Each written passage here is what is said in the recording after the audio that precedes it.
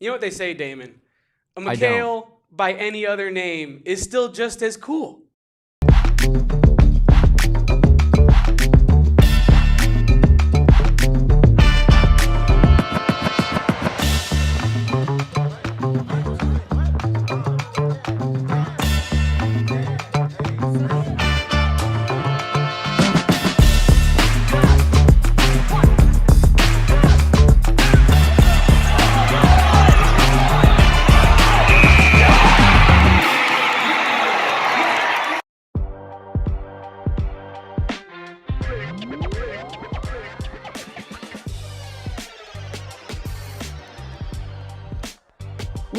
Welcome on into the AZ Wildcats podcast, coming to you live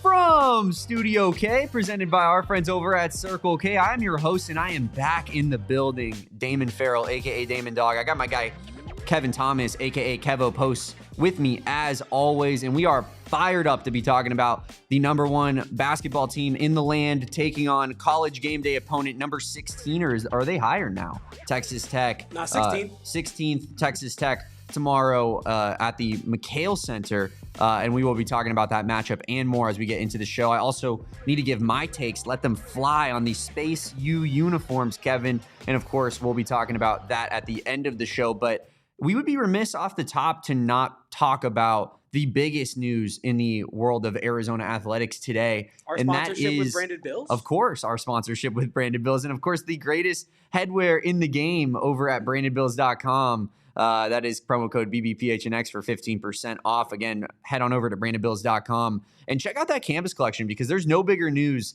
in the world of Arizona athletics than the campus collection. And what a save from my guy, Kevin Mariano Rivera Thomas there, who just came out of the pen and just said, you know what? Let's talk a little bit of presented sponsor before we get into a sponsor that we do not pay, but one that paid Arizona athletics in Alkeme, who now is taking over the naming rights of the McKale Memorial Center at Alkeme Arena. Breaking news. We knew this was coming. We knew that McKale Center was going to be receiving branding rights and that this was going to be an added revenue source for the athletic department in a time where college athletics is turned into a complete arms race, Kevin. And so if you don't have the money to compete at the top, you are just going to get lost in the peripheral.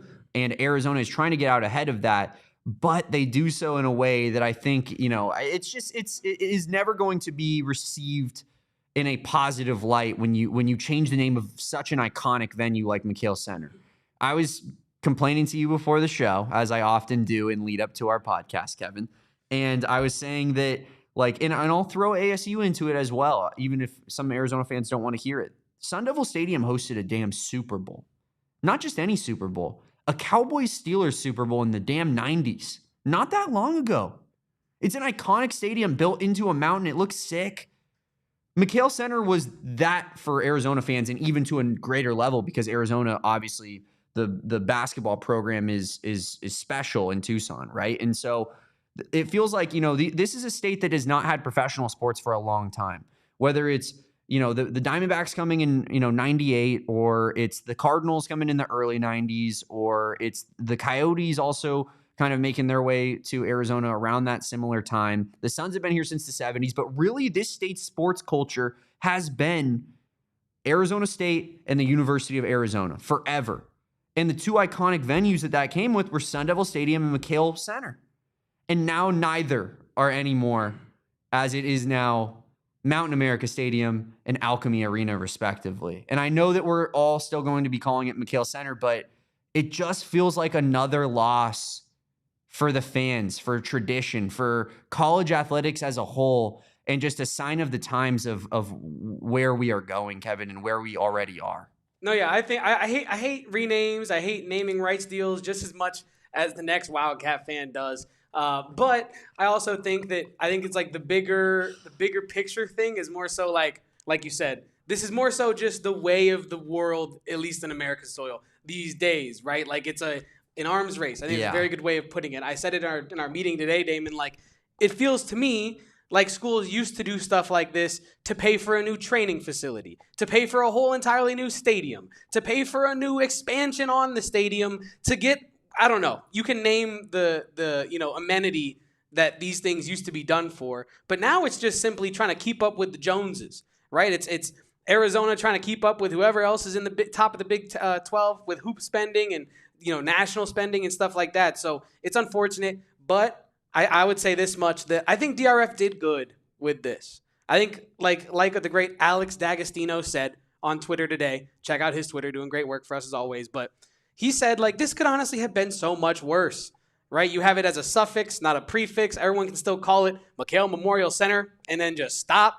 And yes, we're getting 27 M's out of this as a school. Now, that might not seem like a lot of money, because it definitely did not seem like a lot of money to me. Right. Over 15 years, it's about $1.84 million per year, like on an average annual value, right? But that is the highest public number for any naming rights hoops related in the Big 12, right? So it is probably about as good of a deal as DRF could have gotten for McKale Center's naming rights, right? So I feel as though you keep McKale Memorial Center in the name. They stressed that a lot during the press conference about how that was something during the brainstorming process here that was essential. It was foundational to it. We have to keep McKale Memorial Center in the name. How do we do that? I'm personally glad it's a suffix, right? I understand we could probably argue whether prefix is better or suffix is better, but I think mostly I'm happy McKale is still in the name. Isn't it a prefix technically? McKale would be the prefix. Yeah. I was saying the ad is the suffix. Gotcha. But yeah, you're right. We're both right there. But yeah, I think that it's just a sign of the times. Arizona trying to keep up with the Joneses, making sure you have money for guys like Caleb Holt coming in next year, for maybe a new lighting system next year. Who knows? I think it opens up the coffers a little bit more for Arizona. It gives you an extra $2 million-ish to work with every year, and I think that's pretty good in terms of what Arizona, whatever budget we have right now is good enough to get us this roster we got right now on the basketball court. So if we can continue to help supplant the boosters, supplant some of these rich Tucsonans with actual naming rights investment, I think the athletic department did good. I won't say they did great, because you never want to see a naming rights deal go down with a name as iconic as McKale Memorial Center. But as I discussed with Espo, I think this morning, no one's going to be calling it McKale Memorial Center at Alkeme Arena unless you're like Corey Williams, who's doing games for ESPN, and you're like, we're at McKale Memorial Center at Alkeme Arena for this one. And that's lame. But no one. Corey, if he comes out and says that, Corey, stand on something. But you know what I mean? I think the sky is not falling. I did not like waking up to that news just as much as anybody else. But ultimately, I think the athletic department did about as good as they could have, considering that they were going to do this anyway. Yeah, I hear you. I just, when you say as good as I could have, and I don't want to, go out there and attack a company that I don't know too much about, but Casino del Sol Stadium. Fair point being made here.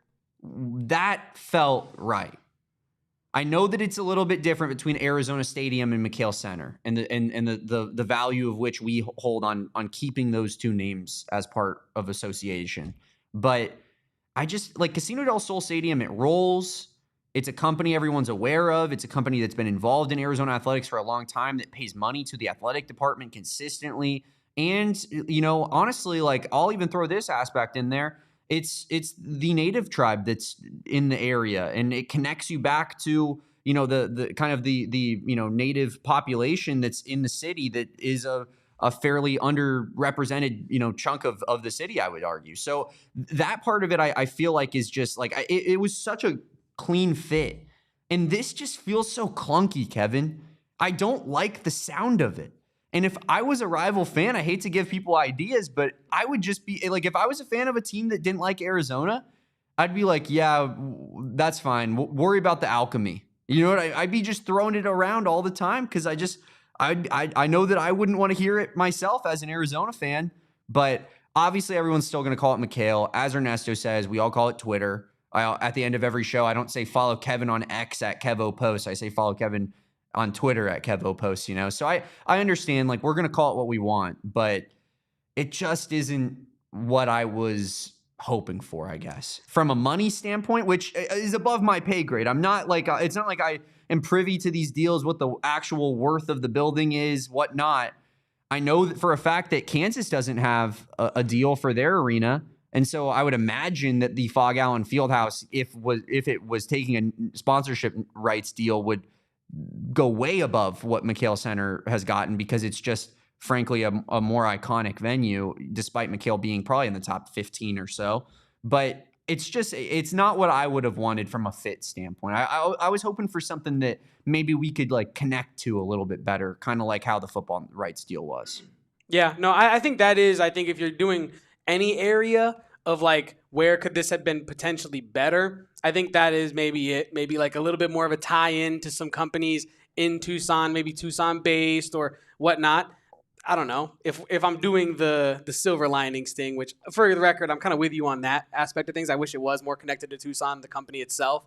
But it's an Arizona grad, I think, that formed this company, that created this Alkeme insurance brokerage thing that is now sponsoring the arena. So at least you got that, at least you got an Arizona grad that created this company, and it's at least someone that, as 3DMK says, the company was created by an Arizona alumni, apparently. So at least you have some sort of like pride in that. It's not just like some, I don't know, Syracuse grad who made a huge company, multinational, and now they just need a naming rights deal and they landed in Tucson, Arizona. At least it's someone who has some sort of reverence for the program, some sort of reverence for what the building stands for, what it means, what it's seen over the years, the history that's taken part inside the walls. So, yeah, I feel as though this was, within reason, is about as good as they could have done. But like you said, it would have been nice to see a little bit more tie back into the community there, right?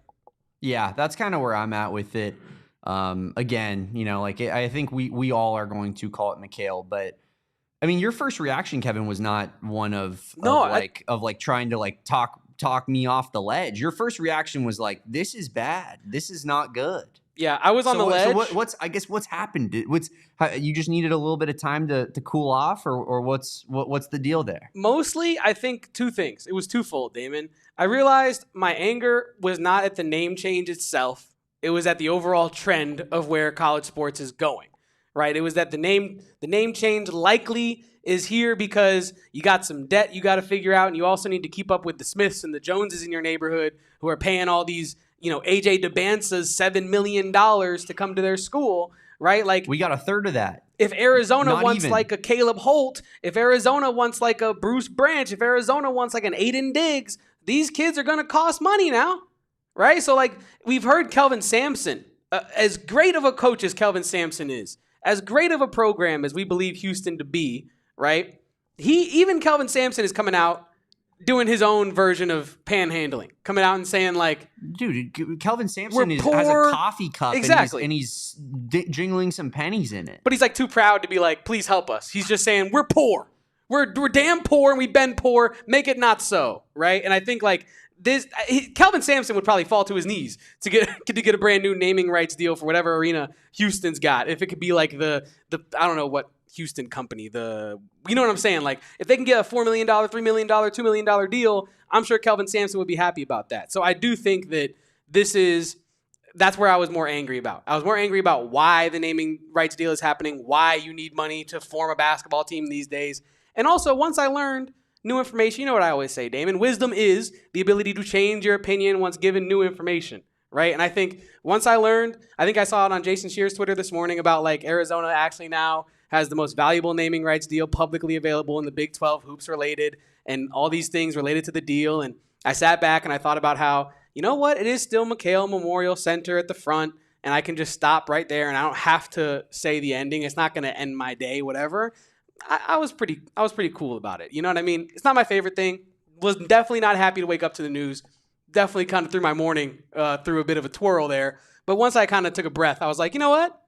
We still got Cole Pete on the team. I don't give a damn what arena he's playing in. He could be playing in empty field 5,000 sponsored by AI arena, and I would not give a damn as long as Cole Pete's playing well. Playing on the damn North Pole. Exactly. Play on the moon for all I care, Arizona basketball. The one thing that you said that I do want to touch on real quick, though, is that this is the kind of thing that happens here. And when we say here, we mean America. Yeah. Because everything is for sale, Ernesto, in America, not everywhere. Let's make that very clear. Like I made this point earlier, but like if they tried to change the name of like an iconic, and there are some that are sponsored. Don't get me wrong. But there are certain iconic soccer stadiums like Old Trafford, like Stamford Bridge, like Anfield. If they tried to change the name of those places, there would be mass riots in the streets with the fan base because people overseas don't put up with big corporations and the moneymakers trying to take over what the fans love and what the tradition holds. And that's what hurts, is that tradition goes way of money in college athletics more than anything, just as fast as possible, Kevin. There is zero care for what the fans care about, what the university holds true to its heart. It's all about how we can get competitive in the arms race that is college athletics. And it's just it's a shitty feeling. It's the enshittification of America, as Edgar put in the chat. That's not what I like to see. Like, I don't think money is the most important thing in the world. Obviously, I get why this is being done and why Arizona is going about it in this way. But it's just it hurts to see, money take over in way of tradition and the things that we love. Man, I agree with you. I definitely do. I think that was well said. And this is like capitalistic interest coming in and ruffling the hair of your favorite sports team, right? You're like, man, leave us alone. Stop. We're about to get on the Shane Diefenbach train here. Exactly. But you know what I mean, right? That's kind of where it is. And that's kind of why I was just like, I'm not actually upset at the athletic department for doing this. I'm more just upset that this is where we live, where we can't just let things be. We have to sell it. We have to make money off of it. We can't let anything go unsold. We got to make sure everything goes sold so we can pay our damn players for money and for their groceries and for their cars and for their chains and for their designer clothes, and so that they can have a cool Instagram and maybe go to the league and then come back in 3 years and all this stuff, right? So, yeah, it's more the state of where college sports is at right now than anything, and I'm not too happy about that, Damon. But Brian asked the question up there, Kevin, what we thought about the new court change that's going to happen to the Big 12 tournament. Was that what they were teasing? Who teasing? Do you remember I showed you that clip of the Big 12 podcasters on like Big 12 radio? It was Big 12 radio, I believe, live. And it's a Kansas and a Kansas State guy. And they're like, we know what the changes are coming to the Big 12 tournament. And let me just say, guys, this is going to change the world of sports forever. I think that probably is. Is this seriously what they were talking about? I think so. But it actually could. I feel Oversell of the damn century, brother. Fair. But it definitely... it's cool, I guess. But like, what... that doesn't change anything for me. It doesn't change like the actual sport, but I do think it's like pretty like revolutionary to how like the live audience could consume the sport. Because I think in terms of like when you go to games, how do I say this? I think you put on your blinders to a lot of like statistical and contextual information because you're not getting like broadcast graphics. You're not getting stats updates at halftime. You kind of have to search that out within the arena, right? You have to look for the panel that has the box plus minus whatever. I think it's cool that as a fan in the arena, you might be able to see a little bit of bio on the players during a timeout, or you might be able to see I think the capabilities of this thing are pretty far out there. So I think it's cool for the in-person viewers, like the people traveling to Kansas City to watch this. I think it's pretty cool. Will it actually do anything for people watching on TV? Yet to be seen. I think it probably will. It's just not as, I just think they oversold it. They're like, guys, sports are different forever. And you're like, what could they possibly be talking about?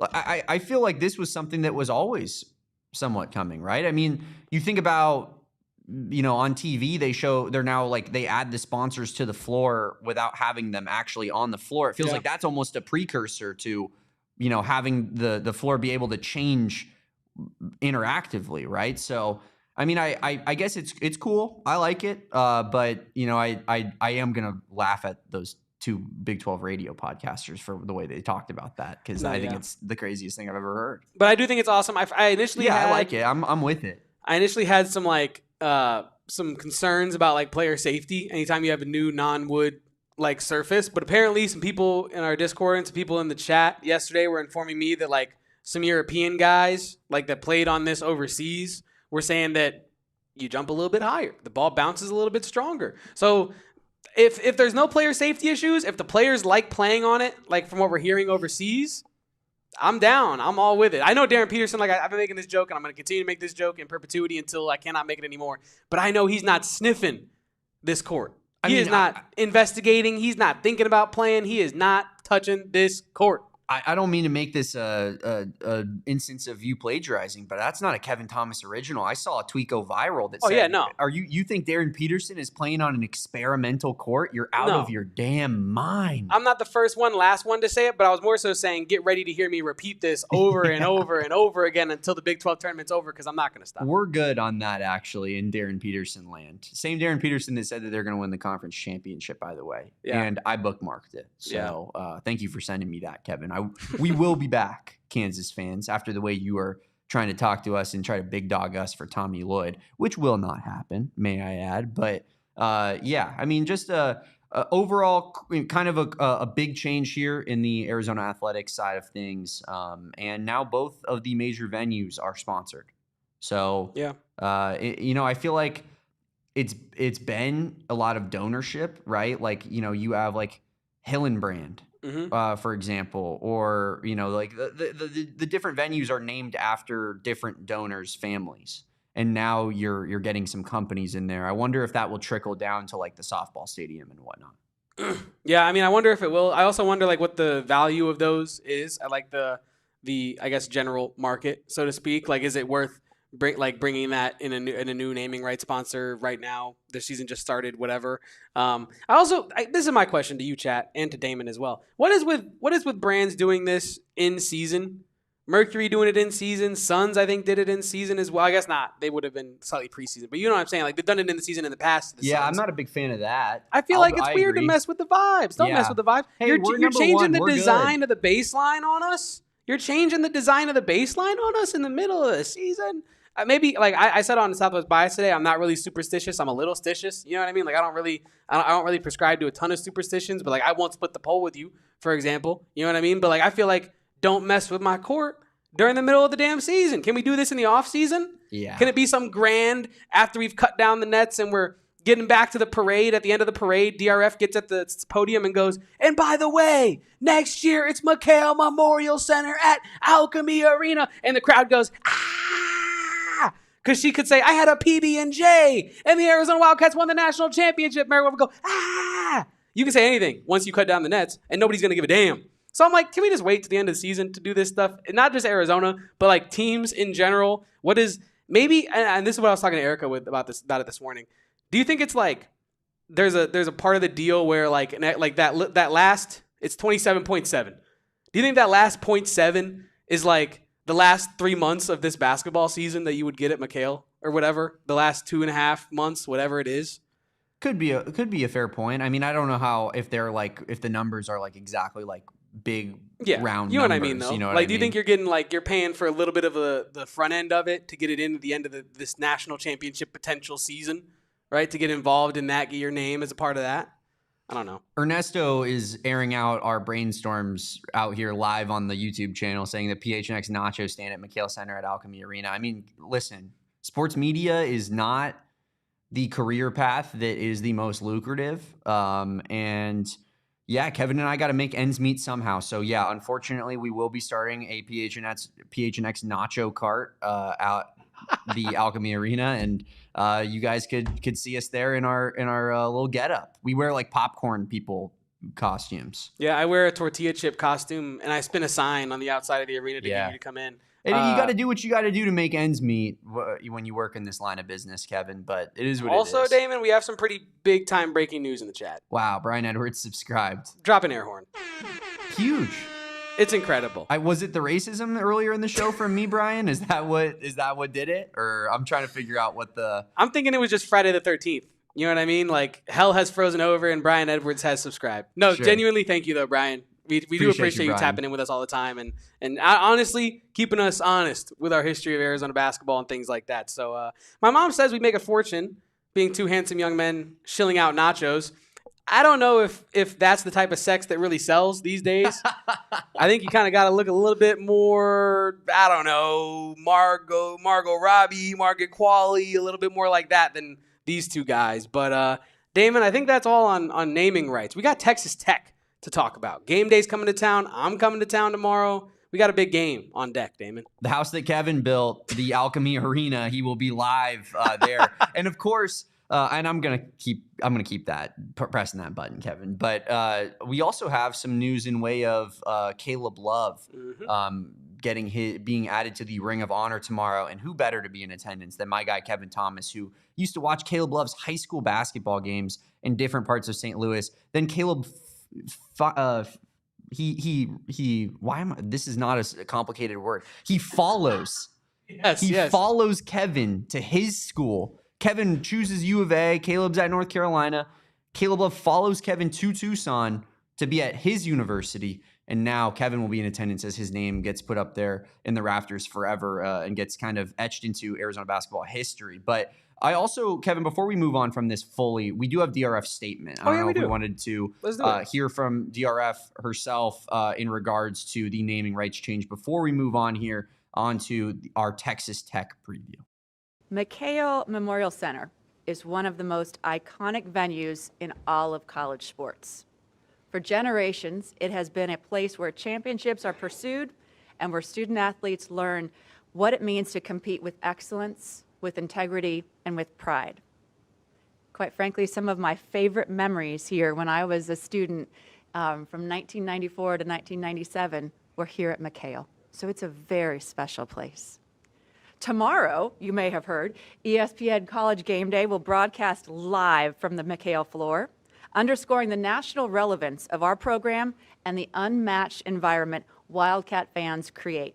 But today, we're here to build on McKale's rich history in a very meaningful way. I'm proud to formally announce a 15-year, $27.7 million naming rights partnership between Arizona Athletics and Alkeme. This iconic venue will now be known as McKale Center at Alkeme Arena. It's the largest publicly known naming rights partnership in the Big 12 and among the most significant in Arizona athletics history, providing revenue and opportunities that will continue to support competitiveness in today's modern college athletics model.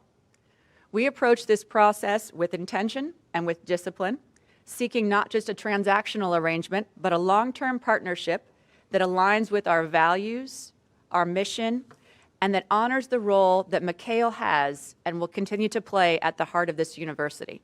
McKale Center at Alkeme Arena will always be a place where memories are made and championships are pursued across all of our sports. It reflects who we are today, where we are going as a university, and I'm excited for the possibilities for generations of Wildcats to come. There you have it from Desiree Reed-Francois, Arizona's athletic director, on the partnership. She also added a lot in there, thanking a million bajillion people, as you have to do in those circumstances, but I cut out the fluff for us. And just essentially what we've been talking about, trying to compete in the modern college athletic side of things, and DRF, while, kind of brought into a poor situation. Not that Arizona athletics were like falling off of a cliff, and I think there were some decent hires made by Dave Hickey in particular, although some disastrous ones as well. But, she was brought into a mess financially, and that was what DRF was tasked with fixing. And I believe that we are, if not already, past our all of those financial issues that had been had. I believe she said that during the football season with the Del Sol Stadium stuff, that they were at least like very close to wiping the debt away, correct? And then now, this is just another added revenue stream. So Arizona in a much healthier place financially as an athletic department, and DRF a lot to thank for that. I like Bill's comment here. I feel like I know it's an honest question out of Bill, but it did make me chuckle to think that someone looks at that and goes, wait, what is Jackson Reed-Francois' mom doing up there talking about the naming right? But yeah, no, that is why. Look, it's Jackson's mom. We should start calling her that. Jackson's mom. I mean, mothers love that, I feel like. No, I know. That's probably her greatest joy. Yeah. Her greatest joy in life, Jackson's mother. But that is it. McKale Memorial Center at Alkeme Arena is official. 27.7 M's in the bank over the next 15 years. And that is that. But we do have Texas Tech. We have actual basketball to talk about. Thank goodness. And we're going to do that after our first break here on the AZ Wildcats podcast. Leave a like, drink your water, do not go anywhere. It is vital that you do your research if you've been involved in an accident involving serious injury or wrongful death. And when you do that research, you'll probably come across this number, 602-783-8841. That's the number of the husband and wife law team, Mark and Alexis Breyer, who have made Phoenix their home. They bring hundreds of years of combined, trial experience to the table at that law team. And you have access to their attorneys at all times if you are one of their clients. This is not like a fly-by-night type of law team where you're playing phone tag and all that. They care about their clients to the extent that they make some certain guarantees, and here are some of those guarantees. You have the right to trust that they, as your attorneys, will tell you both the strengths and the weaknesses of your case, which I think is extremely important. You want to have the full deck of cards when you hit the casino, so to speak. You want to know exactly what your risk and reward could be for pursuing this case when you potentially go to trial. And when you do reach trial, they're ready for that experience as well, because they are trial lawyers. That is what they do. So if you had a serious injury, call the husband and wife law team first, 602-783-8841, and continue to do your research at husbandandwifelawteam.com at the link in our show notes below. Shout out to the husband and wife law team. And of course, shout out our presenting sponsor, as always, Branded Bills. You know, Branded Bills is bringing the heat when it comes to Arizona Wildcats headgear, when it comes to the best custom headwear and apparel in the game as well. We got our great PHNX sports hats up on the ALLCITY Network locker. But of course, I am rocking this campus collection right now. Real fresh Arizona Cactus logo. It's a snapback. Bent the bill a little bit. They have all types of styles for whatever you want in your life, Kevin. If you want a snapback, a fitted, a beanie, a trucker, even a t-shirt, you know that Branded Bills has got you covered. And they have all of the best Arizona Wildcats logos. They even have team-specific hats. So if you want a softball hat, a baseball hat, a football hat, a basketball hat, you name it, I'm sure Branded Bills has got it on their campus collection on their website, brandedbills.com. Check it out for yourself and use our promo code of BBPHNX for 15% off your first order at brandedbills.com. You also want to check out that bookstore collection that they got over at the U of A bookstore. But again, brandedbills.com, promo code BBPHNX. You should be able to find whatever you need on that website with that promo code, and it'll save you 15% off. Welcome on back into the AZ Wildcats podcast. And like I said, we got a whole lot more to talk about today. We're not just talking about naming rights. This is not a finance bro podcast. This is a basketball podcast, at least during basketball season. And Arizona has Texas Tech on deck tomorrow. Damon, ESPN College Gameday will be there. What do we got on the Texas Tech Red Raiders? How are you feeling? Just vibes coming into this game on Saturday. I was already feeling pretty good because I don't think you want to play Tommy Lloyd on a back-to-back in particular. He has shown that is, an area that he thrives in. And I think part of that is Arizona is just such a good team under Tommy Lloyd that it's hard to lose 2 games in a row when you're that good of a team. But particularly Tommy Lloyd has been tough to beat in back-to-back games. And you're going back home. It's a massive game, has the college game day aura around it. Yeah. And you have Ivan Karchenkov posting like a serial killer online. He's so mad about the loss. So I just personally, I just think that we're kind of embarking on a world where Arizona is going to get the job done here against Texas Tech. And I will tell you that the current line of minus 10.5 makes me feel even better about that, Kevin, because that line is insane, and watch us cover. Wow. See, I feel like this is a situation where if Arizona was not coming off a loss, I feel like I would be much more worried about this Texas Tech game than I am. I'm not saying I'm not worried about it, because JT Toppin and Christian Anderson, Grant McCasland, that should worry you on its own. Just those 3 names. What a trio. In succession, right? Yeah. I don't even got to get to Booty Ball, LaJuan Watts. I don't even got to get to Donovan Atwell. I don't even got to get to some of these other dudes, because Texas Tech's top 3 names on their basketball program right now are insane, right? So that on its face should at least concern you as an Arizona fan. But what gives me so much confidence is I think we've seen throughout Tommy Lloyd's time at Arizona, incredible team, really good team, whatever his lesser teams are, he does not take losing very lightly. He likes to get right back in the win column right after. And I think this is a good opportunity for him to do that at home. We're going to get into some areas where Texas Tech can get got, but I do think there's enough areas of weakness for Texas Tech to where this is going to be a great game that Arizona wins, and it should be a very entertaining one. It should have all the makeups of a classic Saturday afternoon game. A program legend in Caleb Love. I don't know program.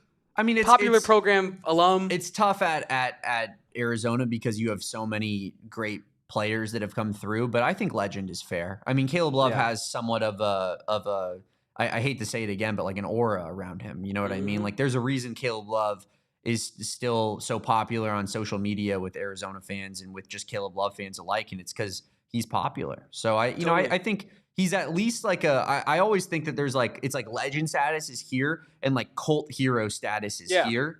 You know what I mean? Where it's like you have like a subsection of fans that in the fan base that absolutely love a guy, but I think Caleb Love is kind of on that the legend tier. You know what I mean? I mean, that's shot on its own. Then there's the GOATs, which is different, and that's Sean Elliott and whatnot. But I think there's levels to it to an extent. Either way, what I was getting at with all that is you have so many positive vibes on Saturday. I think Arizona getting a convincing but albeit competitive win over Texas Tech is going to be incredible. But let's dive in to Texas Tech. As you know, we have our pregame show tomorrow, so if you want even more in-depth analysis, tune into that. Also, McKale Madness previewed this matchup a little bit last night, so tap in with that after our show. But for this preview, let's talk about their strengths and weaknesses, diving into their strengths first. Three-point shooting. Texas Tech is an incredible three-point shooting team. They currently are 95th percentile in three-point attempts per game, 98th percentile in three-point percent. Or did I say percent both times? 95th percentile in attempts, 98th percentile in percentage. I think you got it right actually the first time. Just making sure. And then the second strength, in my opinion, that Toppin and Anderson duo. I think in terms of basketball, it's a bit lazy for you and I to come on here. And if we did this for 8 out of every 10 opponents, that'd be pretty lazy. Being like, who's their best guy? That's their strength, right? But I think when you have a guy like Darren Peterson for Kansas or a duo like Toppin and Anderson for Texas Tech, you gotta give them credit where credit is due and put them on the strengths list. Any given night, Texas Tech might have the 2 best players on the court. Straight up. They might have the number 1 and number 2 best players on the court, even against Arizona. As many NBA level guys as Arizona has, it's still possible that after that game, you and I are on the post game saying JT Toppin and Christian Anderson were the 2 best guys in this game. Arizona can win and they can be the 2 best guys in the game, but I think we got to give credit where credit is due and admit that anytime 2 out of year 5 is top 15 players in the country, you have a great chance to win, and that is a strength of Texas Tech. Star power through I don't even want to say that, but yeah, they have a ton of star power. Coaching, I think, is their third strength here because uniquely in this matchup with Arizona. Why? Grant McCasland. Why does that matter? Tommy Lloyd, Grant McCasland, besties. Best friends, BFFLs, if you will, right? Like they have the friendship bracelets, they have all of it. Team USA staff members together, they have a very intimate knowledge of what each other wants to do on a basketball court, how they want their team to play, the adjustments, the way they respond to certain adversities throughout a game. There's no 2 coaches in this conference that know each other better, I think.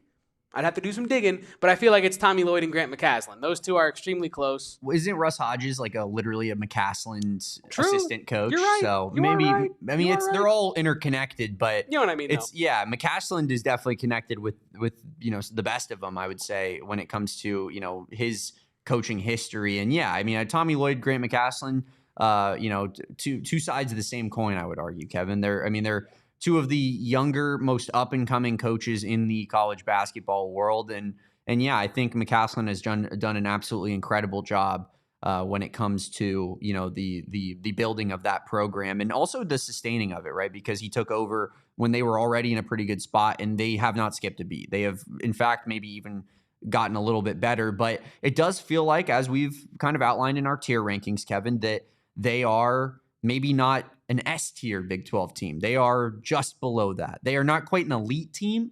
They're a very good one. They're even maybe a great team, but they're not an elite team. And it's for these reasons that we have outlined here as far as weaknesses go.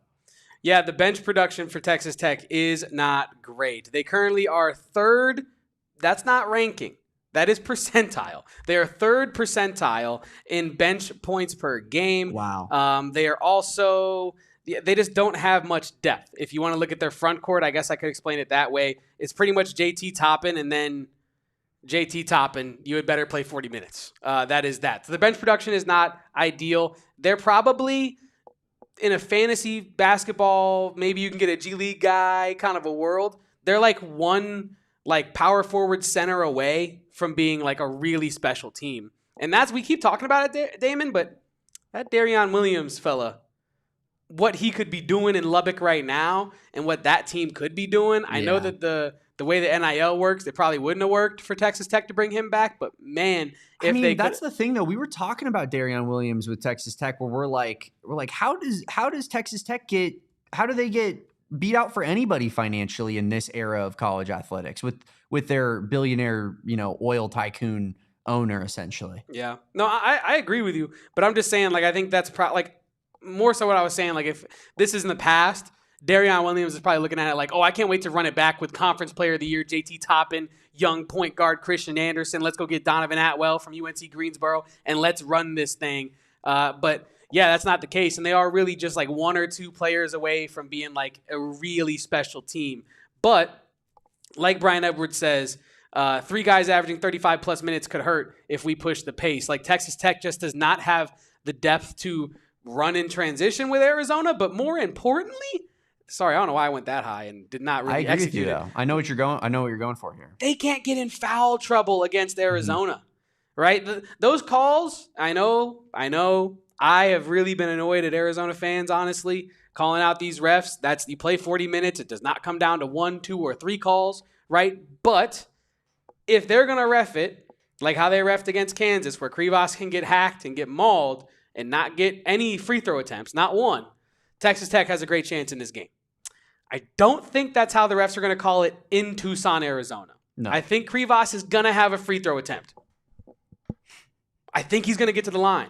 And I think that's a big problem for guys like JT Toppin, for guys like Luke Alabumbaye, right? Like, I think that's going to be a problem for him, right, as well. Like, they just don't have the depth to begin in foul trouble against Arizona. They're going to have to play an incredibly disciplined defensive game, and I don't know if that's something that's easy against a team as big and as physical as Arizona.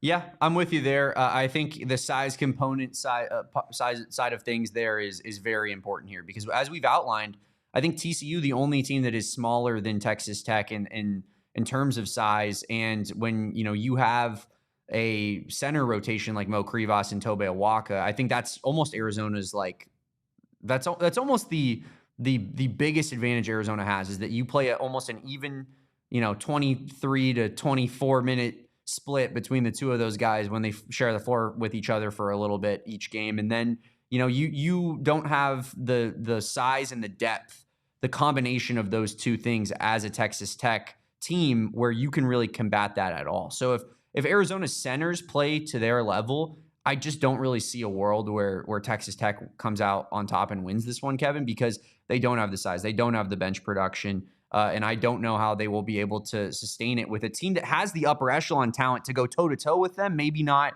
best them when you're talking about their star duo in particular, but Arizona might have the next best 6 players when you run down the list, right? Like it might be the top 2 are Texas Tech, and then when you're doing the next 8, all of them are Arizona players, right? So I think Arizona definitely has an advantage from a depth and size combination that I think almost works hand in hand with each other. Like how are you going to stay out of foul trouble and stay with enough stamina running with a big physical team that has depth like Arizona? I think that's kind of why Arizona wins most of its games. But in a game like this against Texas Tech, where they have upper echelon talent, and you have to start splitting hairs as to between like where is the battle going to be won, I think that might be the biggest indicator of why Arizona will win this game, and why Arizona is a 10.5-point favorite against the 16th best team in the country. Man, it's crazy. It really is crazy. The 16th best team, it really has a talent of like a top 10 team. It's pretty crazy. And then also, I'm realizing I have an error on this third weakness here of scoring production. That is meant to say scoring on the margins. Had a little bit of a mental faux pas there. But when I say scoring on the margins, I was talking to our basketball savant over there, D1 legend himself, Gil McGregor, about, does this make sense, scoring on the margins? And I explained what I meant by this. Mm-hmm. I feel like Texas Tech, right, in those areas that are not three-point shooting, that are not two-point scoring, like the half-court offense stuff, they fail in those areas, right? They are 19th percentile in fast break points per game, 8th percentile in percent of their points coming off the fast break. So they do not utilize transition, fast break scoring as nearly as much as Arizona does. They also, like I said, do not have that bench production. That's a margin in my eyes. Yeah. They also do not score in the paint a lot. They have just 36.9% of their points coming from the paint. That is also 8th percentile. And they are 38th percentile in points per game. And the third margin where I feel like they fail in terms of scoring is free throws. Now, this could be huge for Arizona, a team that likes to get aggressive on defense. If Texas Tech is not very good, I should say, at drawing fouls, that could help Arizona. Texas Tech is, again, 8th percentile, 27.8 free throw attempt rate. They do not attempt a lot of free throws. They are not very good at drawing fouls. They are 20th percentile in personal fouls drawn per game. So I think that that's an area where like Ivan Karchenkov, Mo Krivas, Tobe Awaka, even like a Braden Burries or a Jaden Bradley could get a little bit more aggressive on defense and maybe not pay the same price that they paid in Kansas for their aggressive defense. So I think that, scoring on the margins, bench production, and size are the three areas you can really get Texas Tech in this game.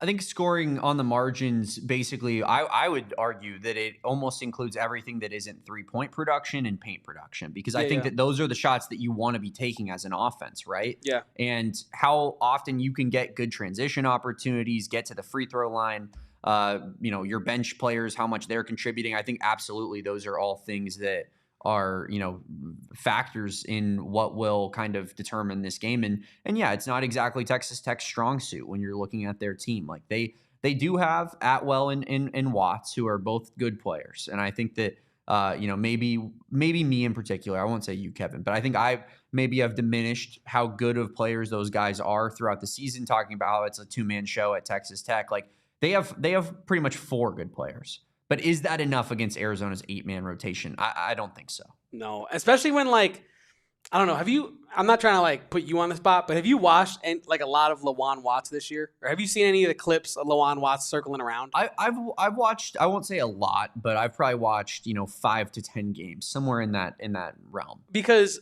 I saw, I don't want to mess up his name because I really love his content. But Christian O on Twitter, he does great stuff, like college basketball stuff. But I think he coined the term booty ball for Lawan Watts, and it's because he backs down his opponents primarily with his rear end, and it is honestly special to witness the effectiveness of it. I'm genuinely interested to see how Arizona defends the booty ball man himself, Lawan Watts, because he I think Roberto in the chat said it earlier. I know you know this video, Damon. The video of Dylan Brooks and LeBron backing down in the paint. Okay. Something like that. That's how Lawan Watts plays basketball. It's just all butt to defender. Butt to defender until I get right under the rim and I can turn and get a bucket. It's incredibly effective. It's way more effective. I dare you to try to do that to Koa Peter, Ivan Karchenkov, buddy. Yes. That's what Sam Albert says. Just put him on Koa. I want to see him do that on Koa. Koa and Ivan will just I love watching those two in particular just chest dudes up. They're so good at moving laterally with their matchups because I think both of them are so athletic from their positional standpoint, and so I feel like they get in front of everybody and they're so strong naturally that you can't really go through them. So, I love it. Let's get a little bit of Koa, throw a little bit of Yvonne on them, and I think we'll be fine in that regard. I agree. But, yeah, you mentioned Donovan Atwell as well. I think that while Lawan Watts has a funny nickname to his game with booty ball, and he does get some good boards, and he does have some good shooting splits, but I think Donovan Atwell is the guy that Arizona fans should probably be most vigilant of, I'll say. That game feels like the type of player that actually could hurt Arizona. Yes. Not going to lie. The man shoots 41.1% from 3, and you're probably like, oh, yeah, Kevin, on 5 attempts? No, on 8 attempts per game, the man shoots almost 50% from the 3, and he also gets 3.2 rebounds, a steal and a half, on 12.5 points per game. He is a sniper, and he can shoot you into a game if you're Texas Tech, especially on the road against a team like Arizona that does not fancy shooting into a bunch of threes. We know Arizona can put up 90 points without the 3, but Texas Tech is a different demon. So I think Donovan Atwell is a guy that I'm sure Tommy Lloyd is telling his guards to make sure they're sticky with him. Make sure you're in his pocket the whole game, not letting him free. But other than that, they have some guys on the margins we could spend more time mentioning. We probably will talk about them on the pregame and postgame, but I think that the 4 names you got to know are Atwell, Watts, Anderson, Toppin. I'll even throw McCasland in there because you got to watch the adjustments that he's putting out there with his team against Arizona because it's going to be some really good coaching chess moves going on between Absolutely. Tommy Lloyd and Grant McCasland. Grant's going to see Tommy's moves 3 steps ahead. Tommy's going to see Grant's 4 steps ahead, and we're going to see how that goes back and forth, Damon. I had a question for you, though. Arizona just got done playing in the famous Phog Allen Fieldhouse. Coming back home to the famous McKale Memorial Center at Alkeme Arena. In my opinion, we got to pack McKale tomorrow. Has to be packed, has to be jumping, has to be a raucous crowd. Do you expect it to be a raucous crowd tomorrow? Yeah, I think it's going to be the best crowd of the season tomorrow. It's College Game Day. It had better be. That's what I'm saying. It's College Game Day. You're now in the thick of your conference season. You don't want to sustain 2 losses in a row, especially when you're talking about being tied with Houston at the top of the conference right now with 1 loss apiece. Tomorrow's going to be nuts, especially with Tommy and how he talks about Allen Fieldhouse, and I think how it does it's almost like I think it should be encouraging to Arizona fans, but it almost riles up some Arizona fans. But I do think that leads to more energy being in the building regardless. So, yeah, I think tomorrow is going to be a crazy game as far as McKale goes. And it's always packed, Kevin. It's just whether or not, it's a Tuesday night game against, maybe Baylor, who stinks, and are people really going to get up for the game? It's not as automatic as maybe the premier venues in college basketball go. And I say premier, we're talking about Allen Fieldhouse and that ilk. We're talking about the special places, and McKale is up there, but it's not quite at that level. And I think that you get it for games like that where it does get to that level. Yeah. So I expect a crazy game tomorrow. I think there's gonna be times where you're not gonna be able to hear yourself thinking there, Kevin, because Kevin Thomas will be in the building tomorrow for Arizona versus Texas Tech, and I want to talk to him more about that. I want to talk about the Space Uni uniforms, and I want to talk about Caleb Love's Ring of Honor induction right after our final break here on the AZ Wildcats podcast. So do not go anywhere and stick around right around the corner.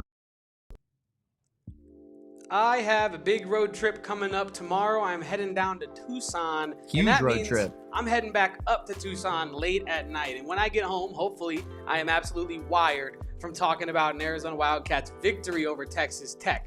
But either way, I'm going to need some Pure Edibles to help me wind down after a long day in Tucson, and that is exactly what I am going to do. That is an Arizona-founded company in Pure Edibles, delivering all types of full-fledged candies with the fun stuff, CBN, CBG, CBD, and marijuana-derived THC, and all types of varieties like gummies, Starburst-esque kicks, chews, and hard candies as well. I am partial to the Starburst kind of vibe or their gummies kind of vibe. I'm more of a candy man when it comes to edibles myself. So Pure gummies are designed to be ripped or bit in half. So when I'm at home with my girlfriend, I do a great job making sure I'm like, hey, do you want 5? Because they got these little bars of 10. We can split it in half, designed to share. And that's what's beautiful about Pure Edibles. So go find yourself some Pure Edibles from one of the over 130 dispensaries that dispense the best edibles in the damn game.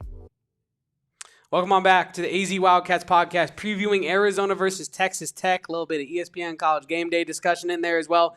And then before we get to the Space Unis and my trip to Tucson, Damon, I think another reason why the crowd is going to be absolutely electric is because Becky Burke's going to get a dub over Molly Miller in the first half of the doubleheader. We got a doubleheader in McKale tomorrow as well. Warm the crowd up a little bit. Mm-hmm. There might be, probably 5,000 people maximum that are going to both games, but Mr. Kevin Thomas will be one of them. Erica Day, I think, will also be one of them. I would hope so. I think Erica got a ticket for Texas Tech. So, yeah, maybe I don't want to put that out there to Erica if she didn't get it. People expect to see her there. But she's definitely going to be at Arizona versus ASU. I will also be at Arizona versus ASU. We both bought tickets to Arizona versus ASU to support the program, to be a part of that. Hashtag the program. The program. The standard. Shout out to Prim. But look, man, I think it's cool that I wanted to make sure that I bought a ticket to be a part of that race to 10K. I don't know how close they are to 10K. I think last time I checked, they were at 8K, which is pretty damn good for the record. But yeah, I want to be a part of that road to 10K, so I bought a ticket. Erica got another ticket as well, so we'll be there.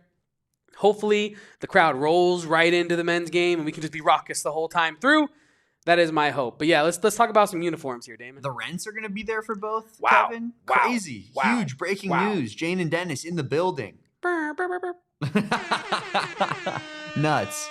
That deserved an air horn for sure, dude. But yeah, it's gonna be an electric day at the McKale Center tomorrow. Can't wait to cover it. Can't wait to see what my guy Kevin has in store for us on the social media streets. Kevin, are you excited to get down to Tucson?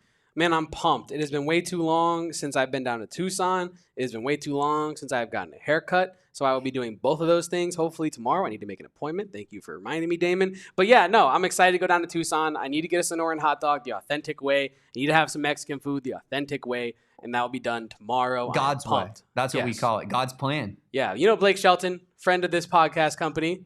Tucson's God's country, baby. Tucson is God's country. That is a damn fact.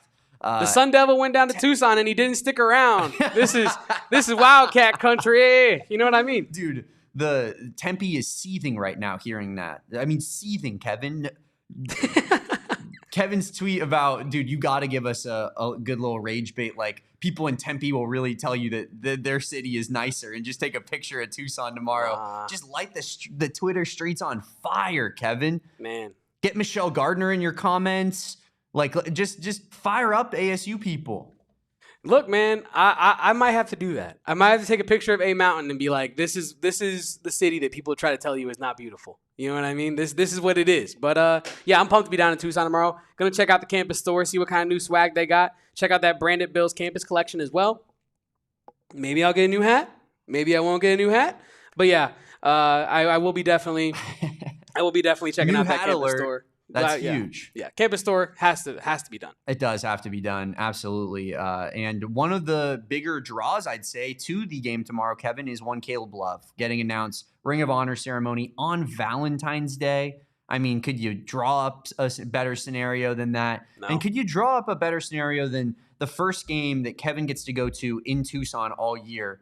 And his, favorite athlete of all time, potentially? And Up Caleb there. Love Up there. is getting inducted into the Ring of Honor ceremony for your favorite sports team of all time, the Arizona men's basketball team. I mean, you couldn't envision anything better than that, Kevin. It brings a tear to a man's eye. It really does. It's a beautiful thing. This whole star-crossedness of me and the University of Arizona. I love it. I absolutely love it. Love is going to be in the Raptors, not just the air. It's going to be in the Ring of Honors forever now, and that's a beautiful thing. People in the chat yesterday were saying that potentially the game against Iowa State would have been just as sweet to get Caleb Love inducted, give TJ Otzelberger a little bit of PTSD. That's fair. But I do think Love being in the Raptors on Valentine's Day, getting his Ring of Honor on Valentine's Day is too good to be true. And it's on All-Star Weekend, like he's off work, so to speak, so he can come to town. And he shouldn't be.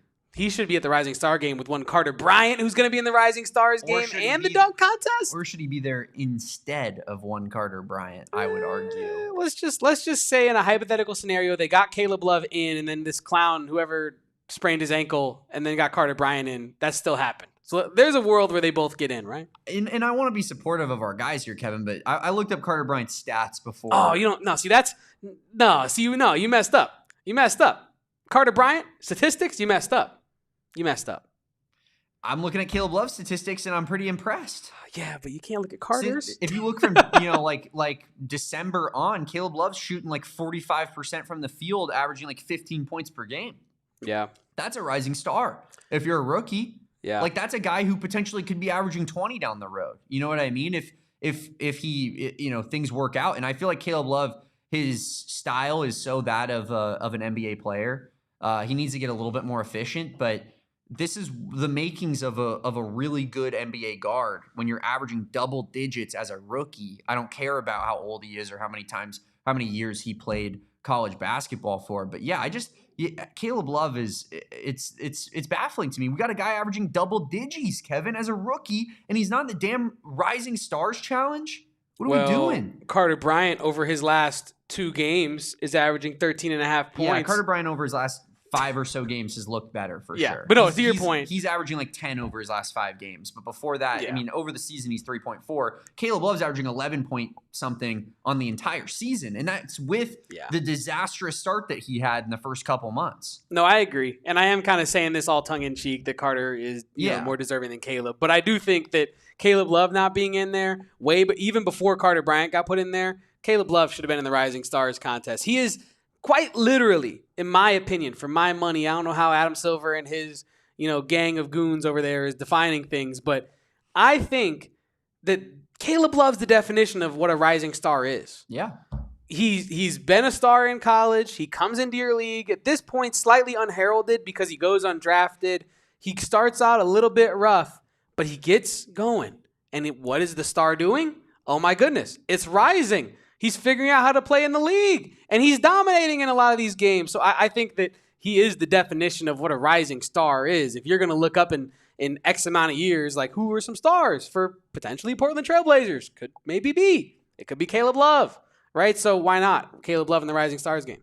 I'm not going to say it's like that big of a needle mover, but also like there's no question about it that Caleb Love would get more people to watch the Rising Stars Challenge than some of the back end people on the roster here. Because he just inherently has kind of a big fan base. He played for 2 of the biggest programs in college basketball that have national fans that care about their programs, whether it's North Carolina or U of A. And he's known as the Coach K killer. And it's like, this dude he has motion. Adam, put him in the damn game. Yeah. Who's making these calls? I want their phone number. I got to have a conversation with them. Let me see what I could do.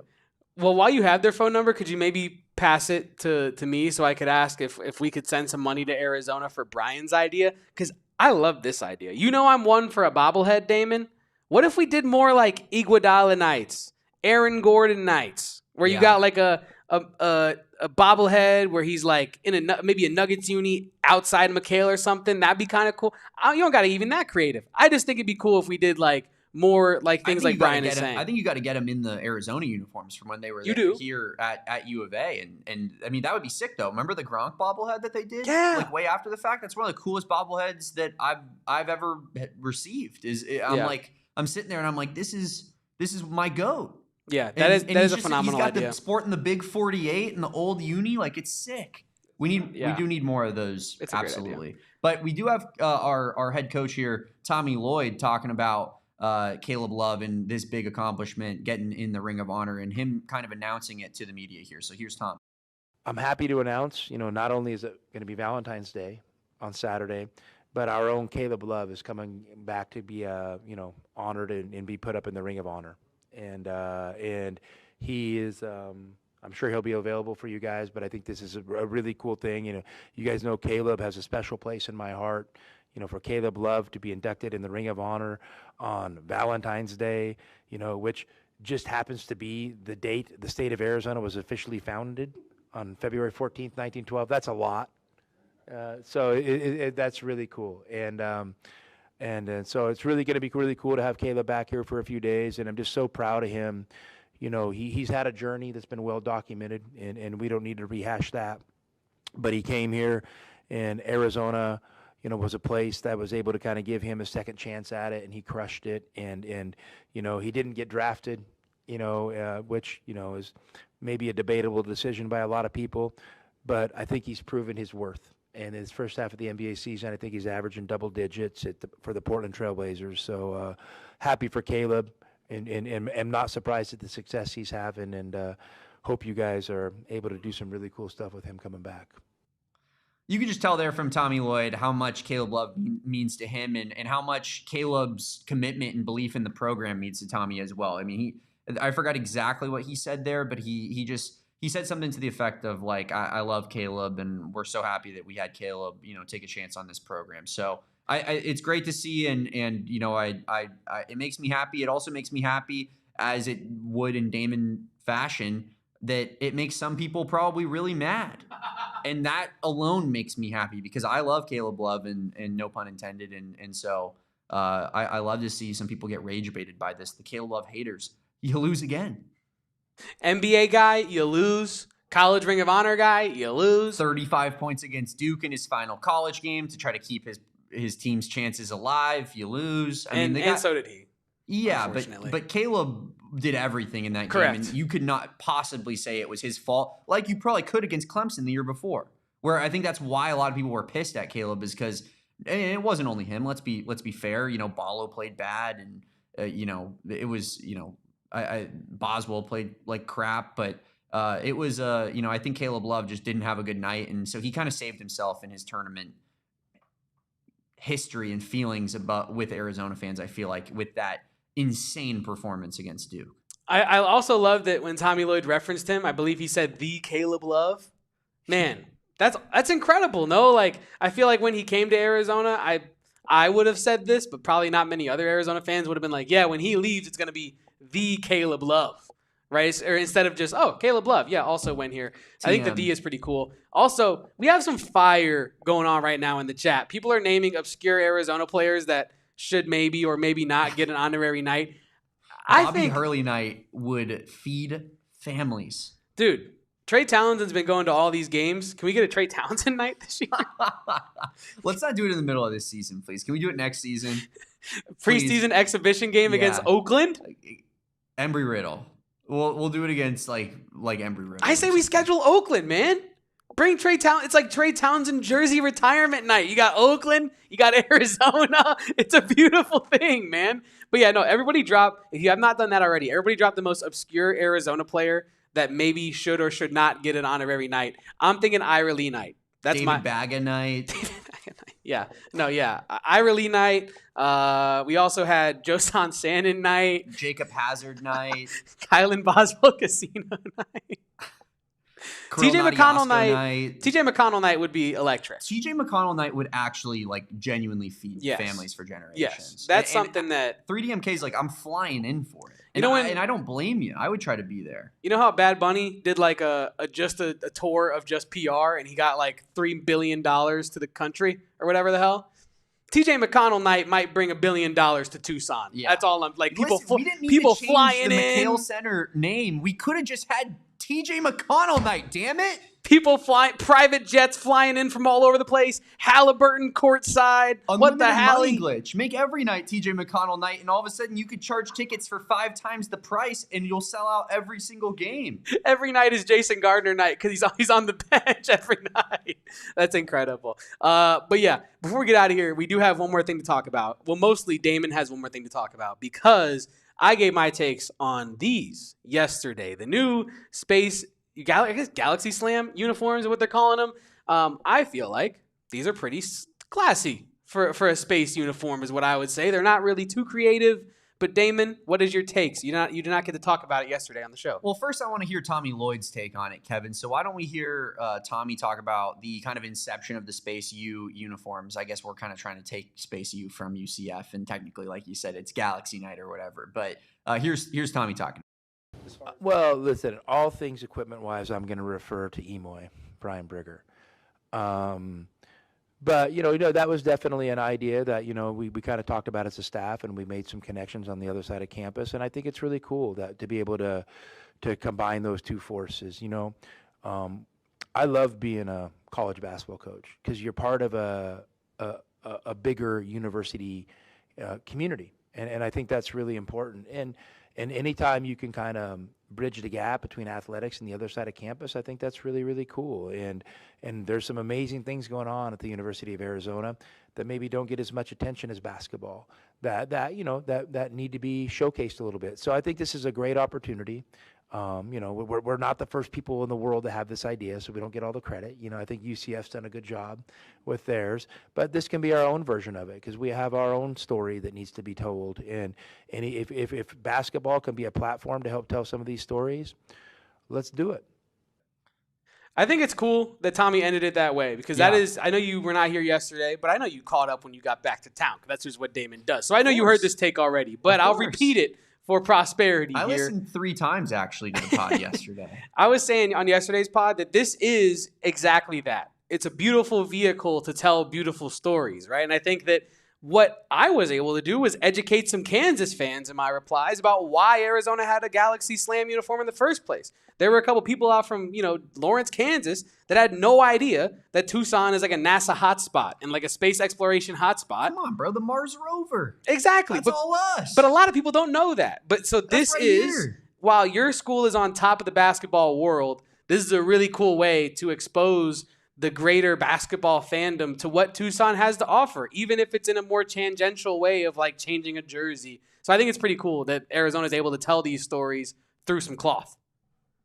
Yeah, I do think it's cool. And honestly, my first reaction, Kevin, when hearing that answer is Tommy Lloyd loves this university. Yeah. He loves Tucson. He loves the University of Arizona. He loves being the head basketball coach here.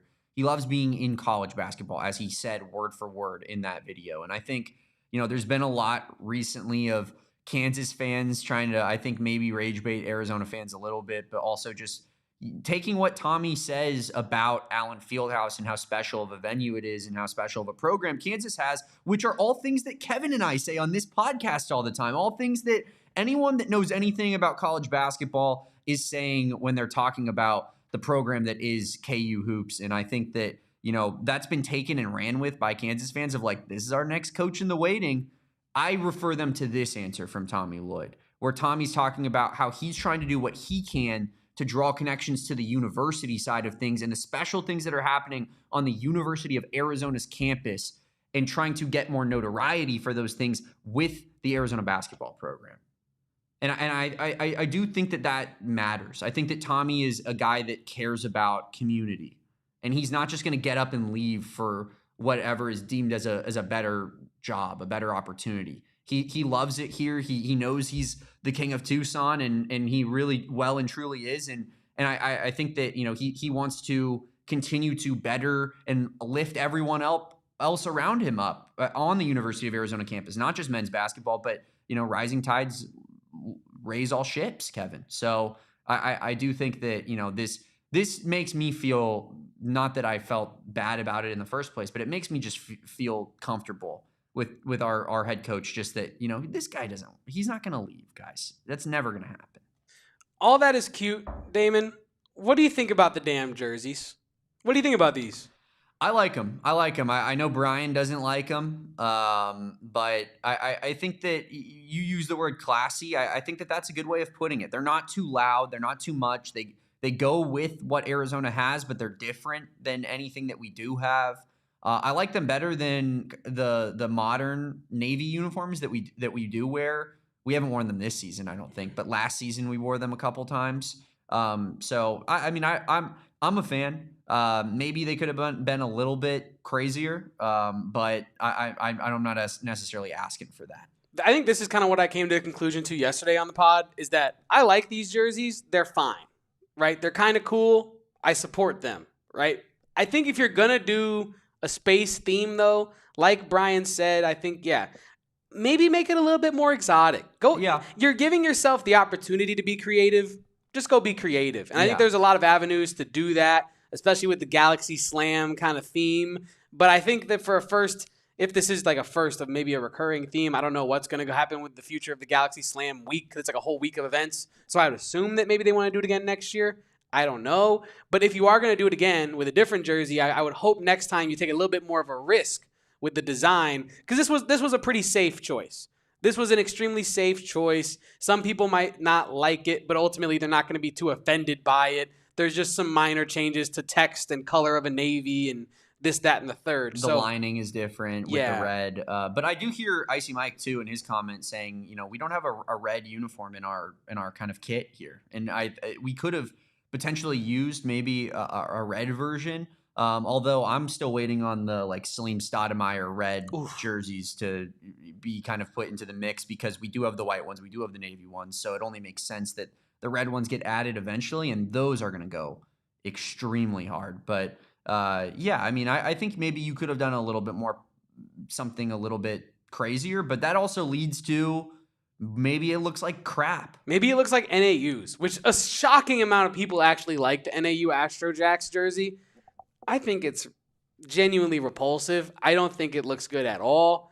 I don't know, man. But yeah, you could take a big risk and flop, and that's not what you want. But why not take the risk? You don't know. I don't know how many times Arizona is going to get to do a Galaxy Slam jersey. So it'd be kind of like imagine if they took a risk. Year. Imagine if they took a risk and it banged. Like it was incredible. And now if they never do it again, you're like, man, those retro 2025, 26, Galaxy Slam jerseys, I got to have one of those off eBay, right? Like, you know what I mean? Like you have a chance to really create something novel and special, but I'm still happy they went the classy route. You know what I mean? Yeah, it doesn't look bad. And I think that when you get new uniforms, you always kind of serve yourself up to, is it going to look bad?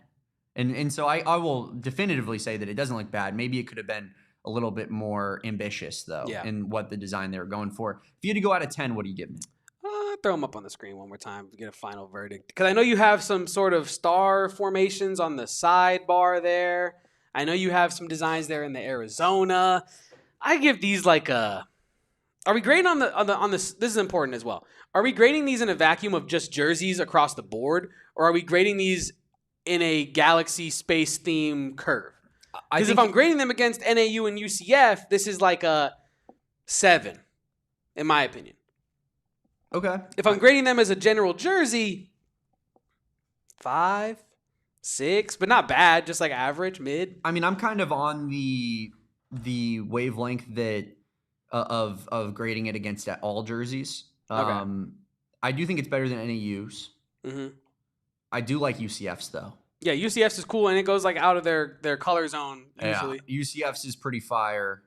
Maybe Arizona could have. I don't. Maybe they don't want to steal light blue from UCF in that circumstance because that's a little bit too copycat. And Houston's got a light blue they wore this year as well. I was gonna say maybe you could have gone maybe along that route like the baseball program has with the alternate light blue uniforms and seen if that maybe hit. But maybe that could be a future rendition of our space uniforms that we have because.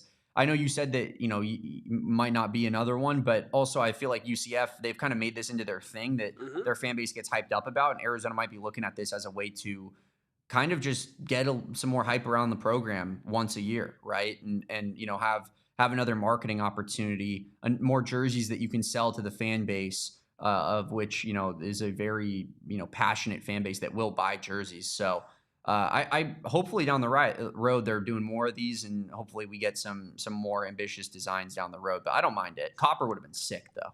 I like Roberto the Coffee Guy's idea of almost going like an OG Toronto Raptors vibe, where you have the mascot on the jersey doing something, like maybe like throwing a star, and it could be like the more you know kind of vibe. It could say Arizona, you know what I mean, something like that. But yeah, I think you could have gone a little bit more creative. But I think these are fine. I like them. They're okay. Wilbur in an astronaut suit. Oh, Tommy Lloyd in an astronaut suit on the jersey? Anybody? Like a patch? We did try Copper in football 3D MK. We used it on our helmets for a little bit. And I won't lie. I mean, it was kind of in the early rendition of when uniforms started being made more of a thing in college football. Like Oregon was kind of setting the tone and everybody was kind of following their lead.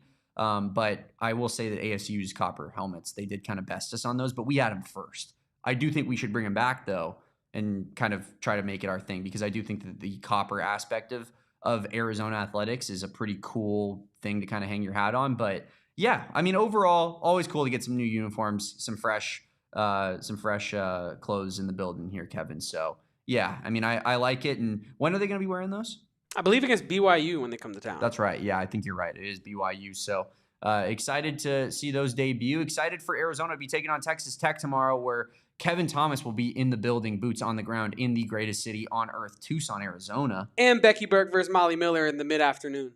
Absolutely. No doubt about it as well. That means everything, especially after the kind of back and forth, the Molly, Becky getting into the rivalry a little bit. Yeah. We need it. We need to split with ASU this year in women's basketball. Speaking of the rivalry of it all, Erica Day sent me a text message last night talking about Molly Miller, but she excluded the L's from the name as like a, I don't know, trying to maybe put the L's back in once we give her the L or something like that. But I thought she was like speaking Spanish to me, man. I don't know what was going on. She said something about like Becky Burke versus Moy Mier, and I was like, what Molly Miller with no L's looks like a different language completely, but I was very, very confused. But you're right. The rivalry of it all, Becky Burke, Molly Miller. I love the doubleheader going right into Arizona versus Texas Tech. If you're a women's basketball fan, you can go to game day, go to the women's basketball game, then go to the men's game. It is a hoop heads heaven tomorrow in Tucson. So make sure to support both teams tomorrow.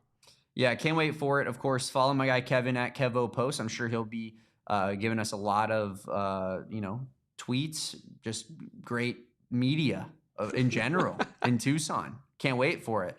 My guy's always cooking, but especially when he gets back to the old stomping grounds. And then, follow me at Damon Dog. That's Damon DAWG. Follow us at PHNX_Wildcats on all socials except for TikTok, where we're at AZ Wildcats Pod. That Twitter account cooking right now, Kevin. So everybody get in on the PHNX_Wildcats Twitter if you guys aren't following it yet, and appreciate everybody for all of your continued support of this podcast, the little podcast that could.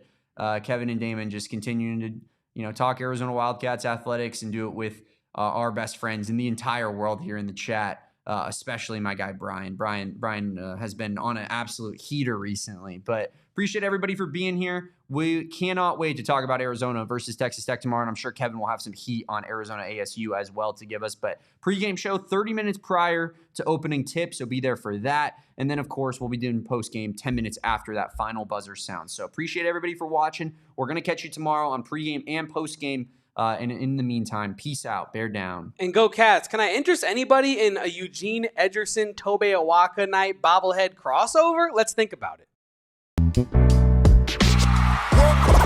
We all silly like the mayor.